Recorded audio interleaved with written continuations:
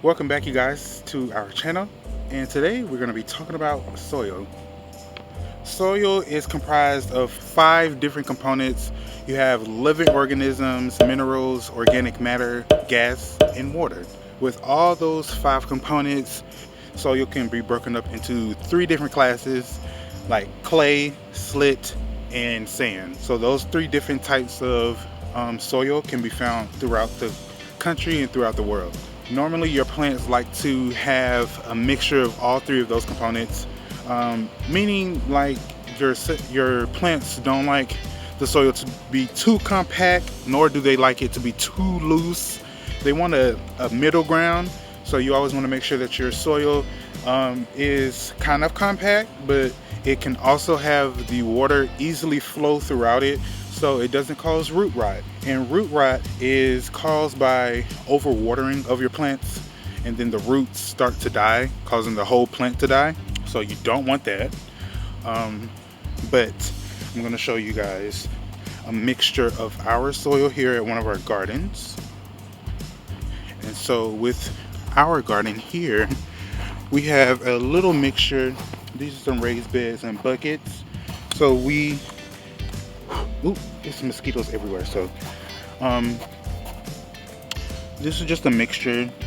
It's sand, just a tiny amount of sand, some garden soil, and fertilizers like bone meal and compost, which helps give it the organic matter that plants really need, which gives extra amounts of minerals to the plants, like calcium, phosphorus, potassium, nitrogen, all that good stuff that they can use to grow the food that we want to eat.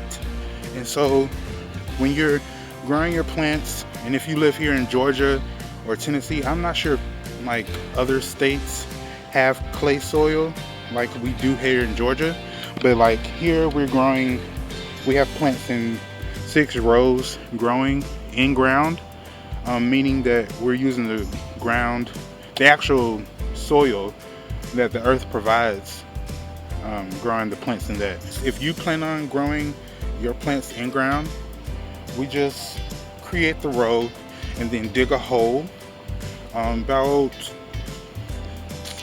I would say 2 to 3 inches deep.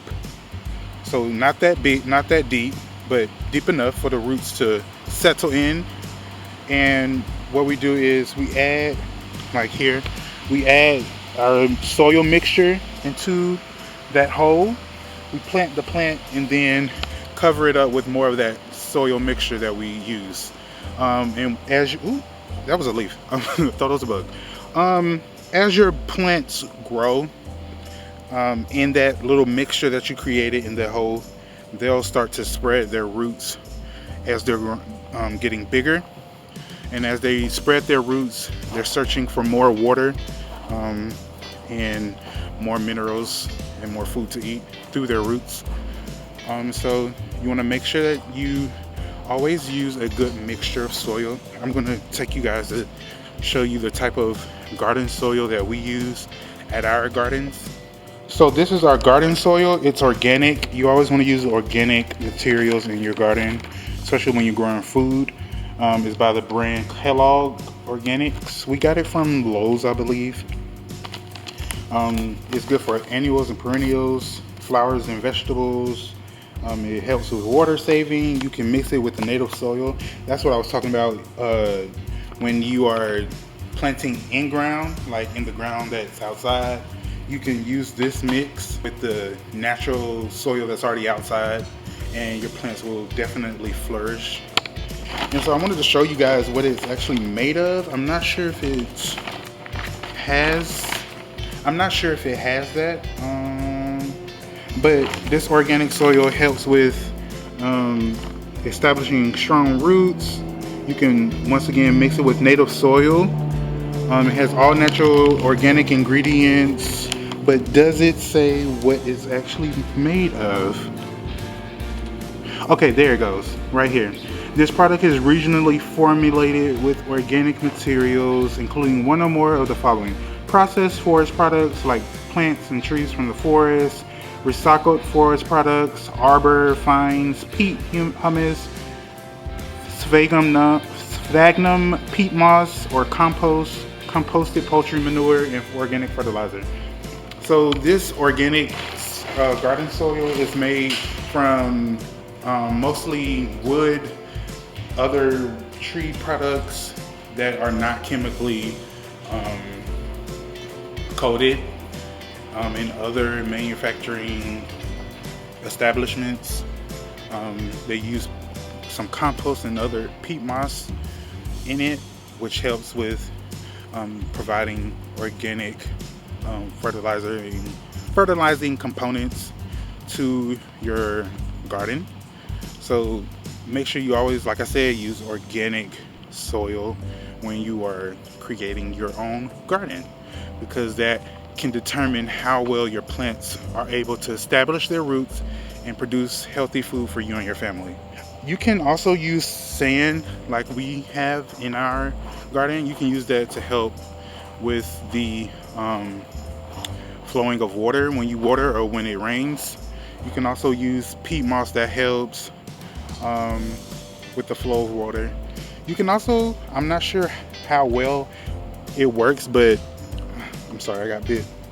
But you can use rocks at the bottom, like if you're growing your plants in buckets like we are here. You can use rocks at the bottom. That helps with the water moving out. You could try it. It worked a little bit for us, but not that well. But you could try. Today was the last day for our virtual summer camp, and I hope this entire summer that you've been watching our videos, you've been able to learn something interesting, new, or to refresh your memory on something you've already learned previously. We thank you for all the videos that you've watched so far. If you haven't already done so, make sure to share this with your family, like this video, subscribe to our channel, because in the future, soon, we'll be posting more content for you guys. Thank you guys for watching this video. If you have any questions, you can comment them down below in the comment section. Let us know how well your plants are growing. You can follow us on Instagram at EBLLC INC and on Facebook at Easton Banks Learning and Life Center. You can find out more about our organization by going to our website at eblLcinc.com. We hope you have a great school year coming up for 2020-2021, and we'll see you guys next time.